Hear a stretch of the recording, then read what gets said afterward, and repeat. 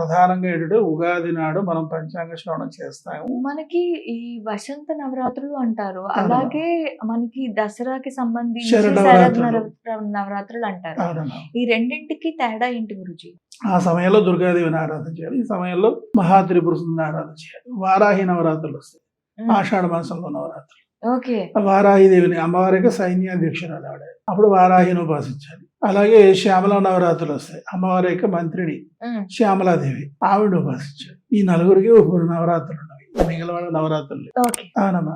ఈ యొక్క వసంత నవరాత్రుల్లో మనం ప్రధానంగా మొదటి రోజు ఉగాది వస్తుంది. ఆ రోజు మహాత్రిపుర సుందరి 10 రోజులు ఉపాసన చేస్తూ, మొదటి గ్రహం ఏమిటి? రవి.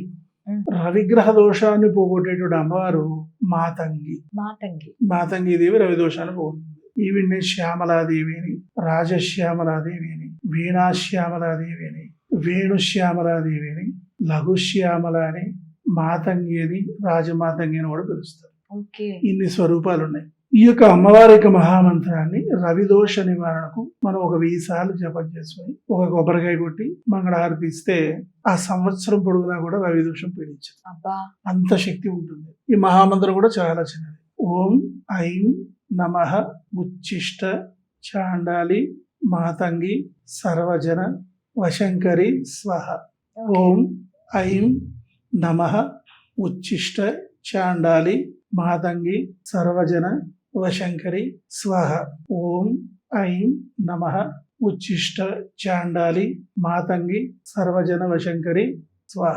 ఇంతే మంత్రం.